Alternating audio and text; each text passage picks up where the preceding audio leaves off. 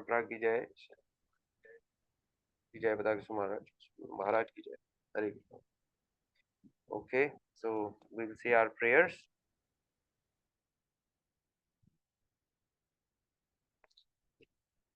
ओम ज्ञानतिमिरन्दस्य ज्ञानञ्जनशलाकया चक्षुरुन्मीलितं येन तस्मै श्रीगुरुवे नमः. नमो विष्णुपादाय कृष्णपृष्ठाय भूतले श्रीमते भक्तिवेदांत स्वामिनिति नामिने. नमस्ते सरस्वती देवे गौरवाणी प्रचारिणे निर्विशेष शून्यवादी पाश्चातदेशतारिणे. जय श्री कृष्ण चैतन्य प्रभु नित्यानंदा श्री अद्वैता गदाधरा शिवसादि गौर भक्त वृंदा.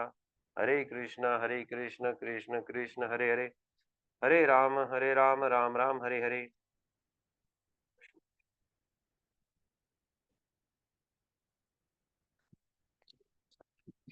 Okay,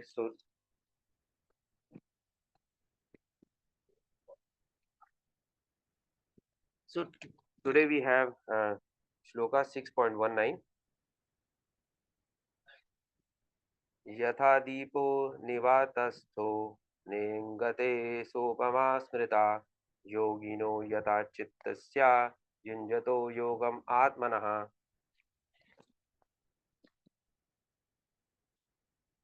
As a lamp in a windless place does not waver, so the transcendentalist whose mind is controlled remains always steady in his meditation on the transcendent self. So the chapter is Dhyana-yoga, and here Lord Krishna is in discussion with Arjuna, and he's giving an example of this situation, giving an analogy of lamp and a windless place. So let's see the detail.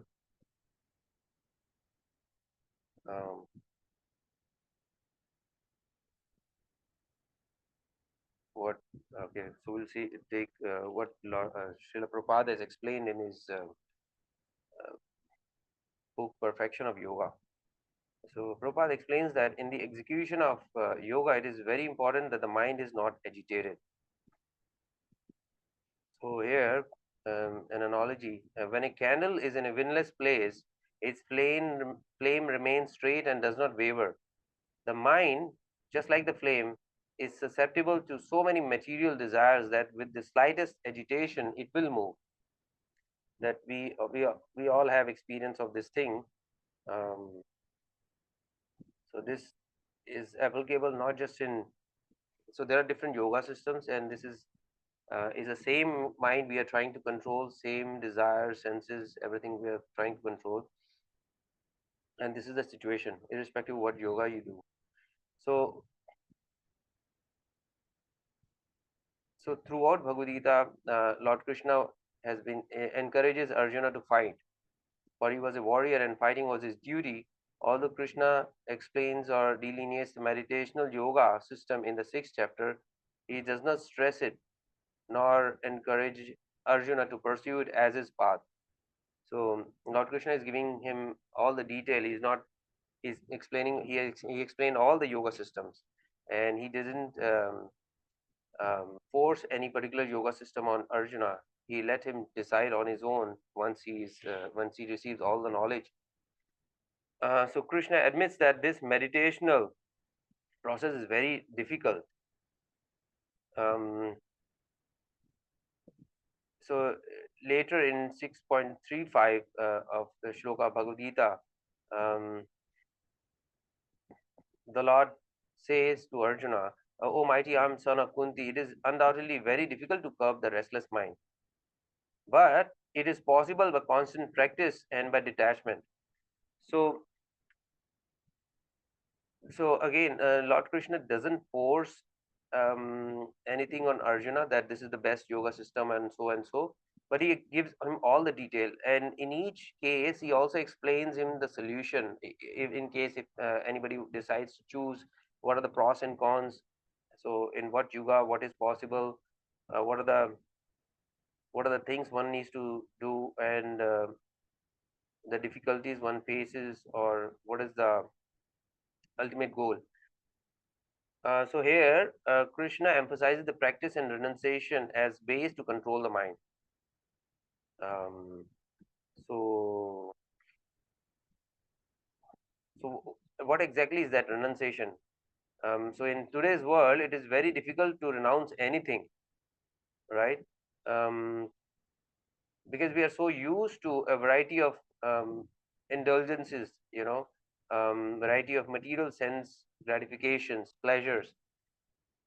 Despite leading a life of uncontrolled sense indulgence, we, as the kind of lifestyle we live these days, or not just you and me, there are many people you would have seen in TV or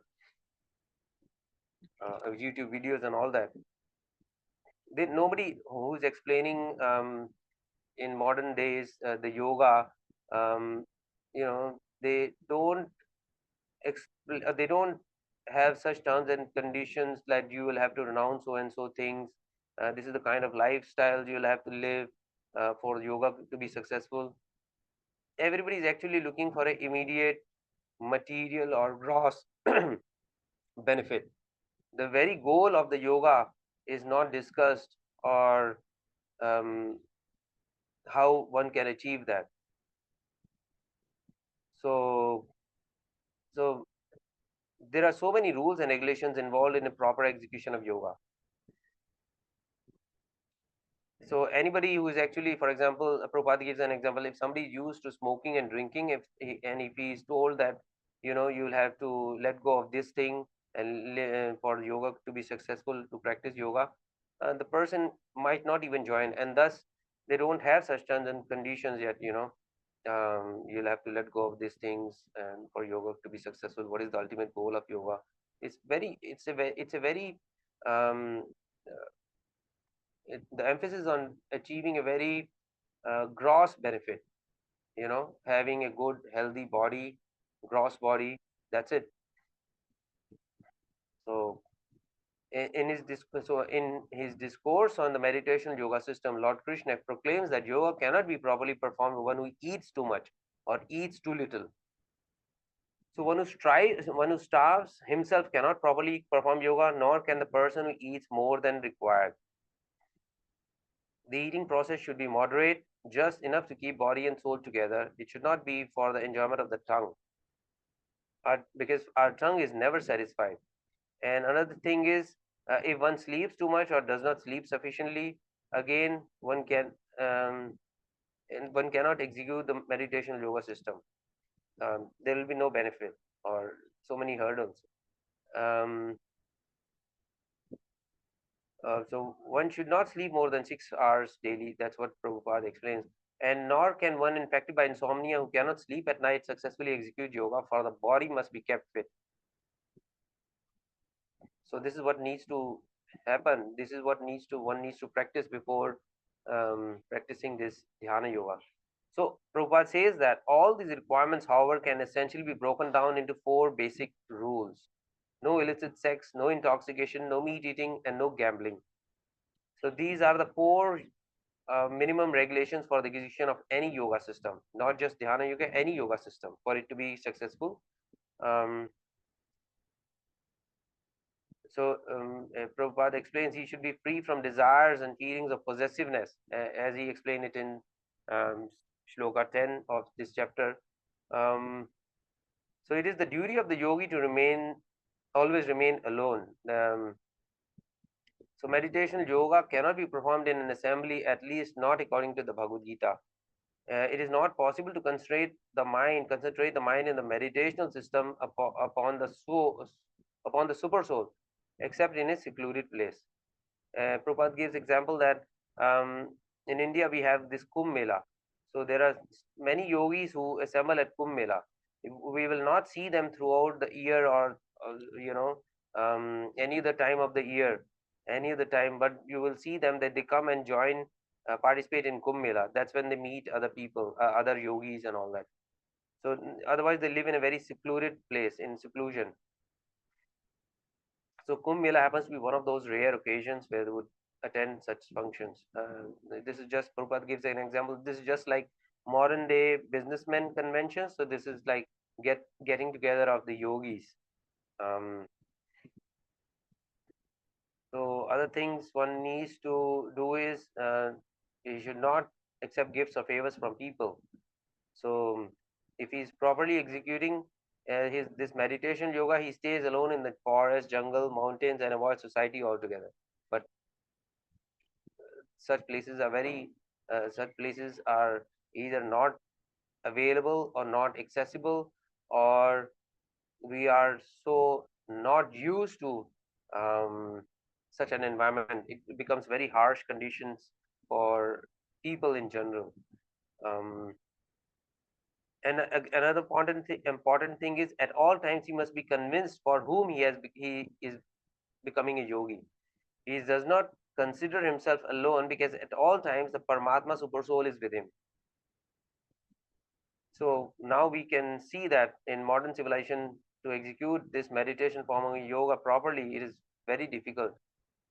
So for in Kali Yuga, such conditions, the conditions are such harsh, such difficult, um, that is becomes very difficult. And because to be desireless and to be possessionless, we are not used to such a thing, practicing such a thing. So Lord Krishna gives more detail to this. So we can see that controlling the mind and body is not such an easy thing, but Krishna indicates that these rules can be easily followed when we are in Krishna consciousness. Vedic literatures do give us guidelines for regulating eating, sleeping, mating, defending, etc.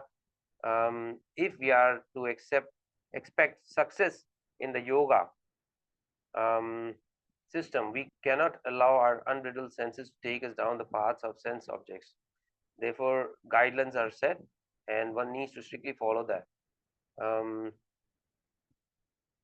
mind can be controlled through regulation. That is what Lord Krishna is advising to Arjuna. If we do not regulate our activities, our mind will no more.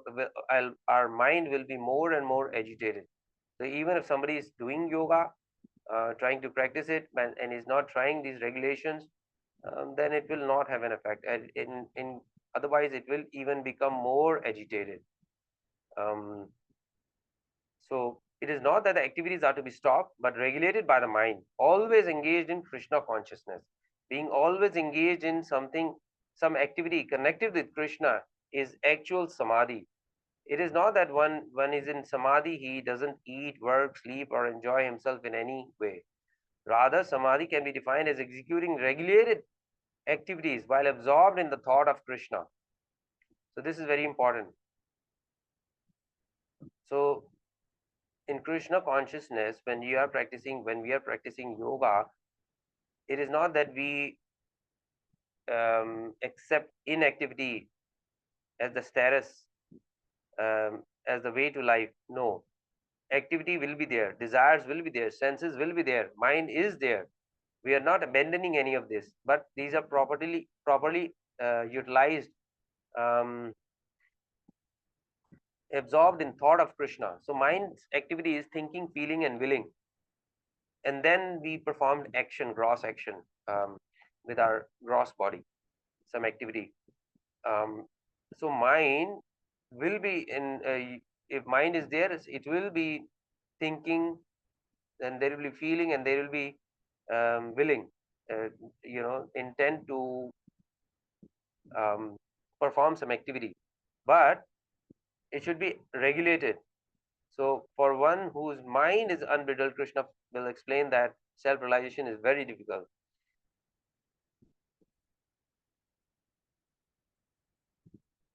So one needs to have a regulated life um, for yoga to be successful.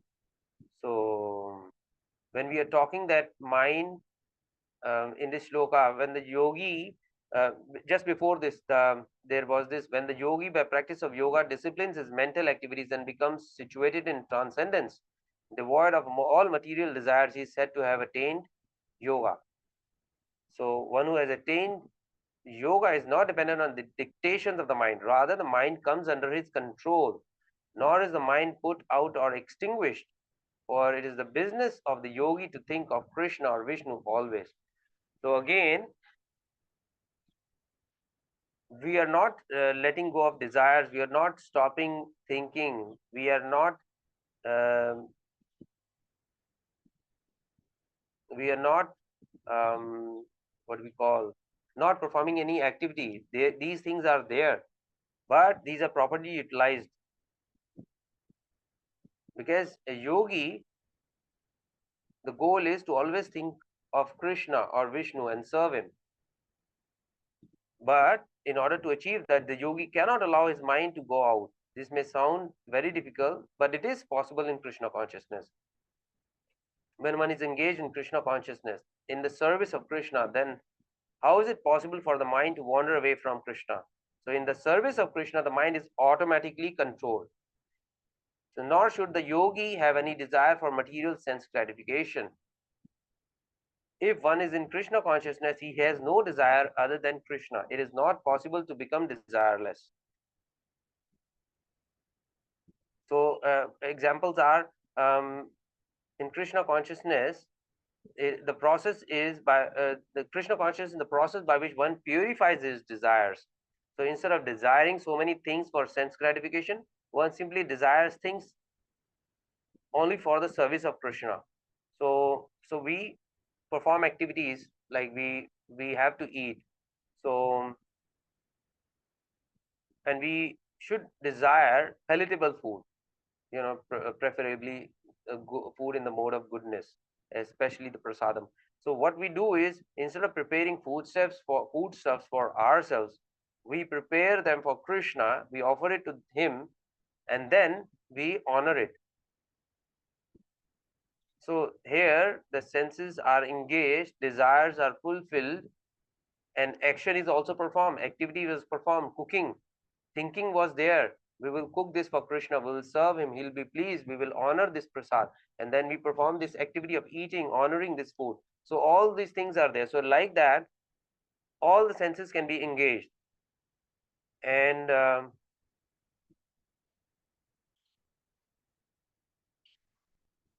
so we understand that material body is a lump of ignorance, and the senses are a network of paths leading to death, right?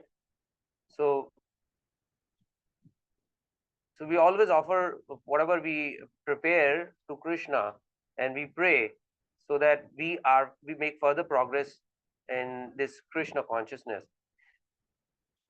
So why tongue? Why everything starts with tongue? Because of all the senses, the tongue is the most voracious and difficult to control.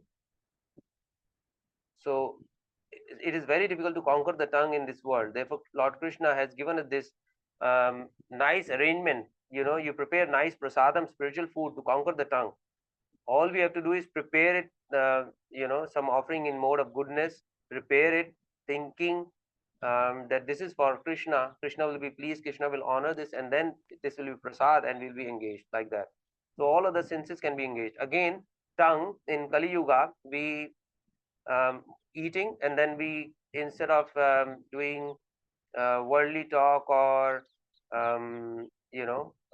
being harsh, we can use this tongue for purification. We can Sri Chaitanya Mahaprabhu has given this arrangement that in Kali Yuga you can chant this Hare Krishna Mahamantra, and then the mirror of the mind will be purified. So again, the sense of speech, the tongue, is again utilized in chanting the holy name of the Lord. So this is how it is. It all starts with tongue here, and slowly the other senses can be engaged. um, so we should have no personal desire for the food. Krishna is so merciful, however, that he gives us the food to eat. In this way, our desire is fulfilled. When one has modified his life in such a way of dovetailing his desires to Krishna, then it is to be understood that he has attained perfection in yoga. So Prabhupada says that simply breathing deeply and doing some exercises is not yoga as far as Bhagavad-gītā is concerned. A whole purification of consciousness is required. So here we see um,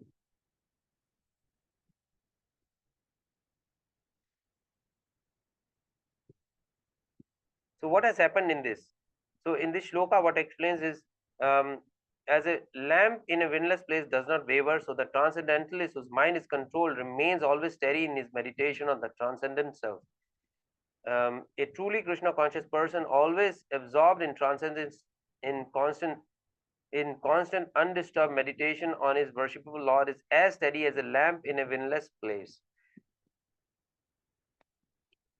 So we see that we are not talking about in Krishna consciousness, it is not about letting go of desire or not desiring it or not thinking, not utilizing the mind. Um, you know, instead, it is about purifying the consciousness, purifying the senses, purifying the mind, performing activities such that they lead to purification. So we are not stopping thinking, feeling, and willing. We are not talking about, we're just talking about purifying the consciousness. So when we do perform activities like this, as Krishna has given this arrangement, you cook such things and you offer it to me in mode of goodness, and then you honor this, our consciousness gets purified, senses are engaged, senses again after that get purified, mind is engaged in thinking, feeling, and willing. The mind becomes purified in such a process, in such activity. So this is an arrangement of Lord Shri Krishna. Otherwise, it is very difficult to control the mind. Mind is very fickle. Just an analogy of this lamp is given. If a lamp is lit in a place where there is wind, the lamp will not stay lit. It will go off. The flame will go off. But rather, if it's a windless place, in such an environment which is favorable for the lamp to remain lit, and it will give light and so and the warmth. So the transcendentalist has to control his mind, and so that is why the regulated life, the four regulative principles are there.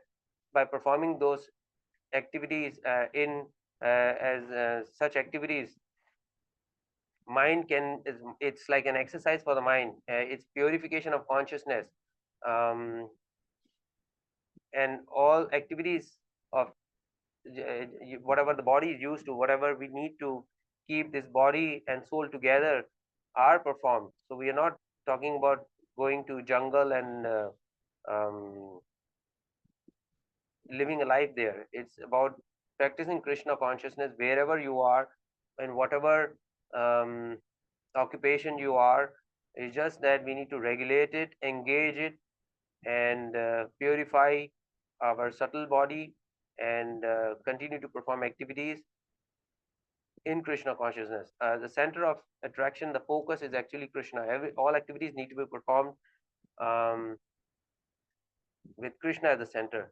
So another thing to achieve this is um, we have to have a guru. We have to have a source um, of inspiration, or senior devotees who is actually living such a life, or a guru who is actually living such a life, a self-realized person who talks only scriptures, and then scriptures as a source of reference, so we can imbibe in such a life with ease.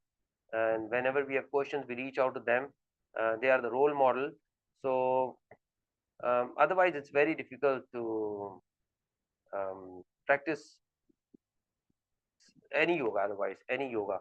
So, but Krishna has given all this information, and he is giving us a easy system of yoga and practicing Krishna consciousness. No matter where we are, we can do that. So Hare Krishna, everyone. Thank you very much for joining. In case if anybody has any questions, please ask before we log off. Hare Krishna. Thank you, Anand Prabhu, Anand Rupa Prabhu. Thank you very much. Thank you, Amarendra Prabhu. Hare Krishna, Prabhuji.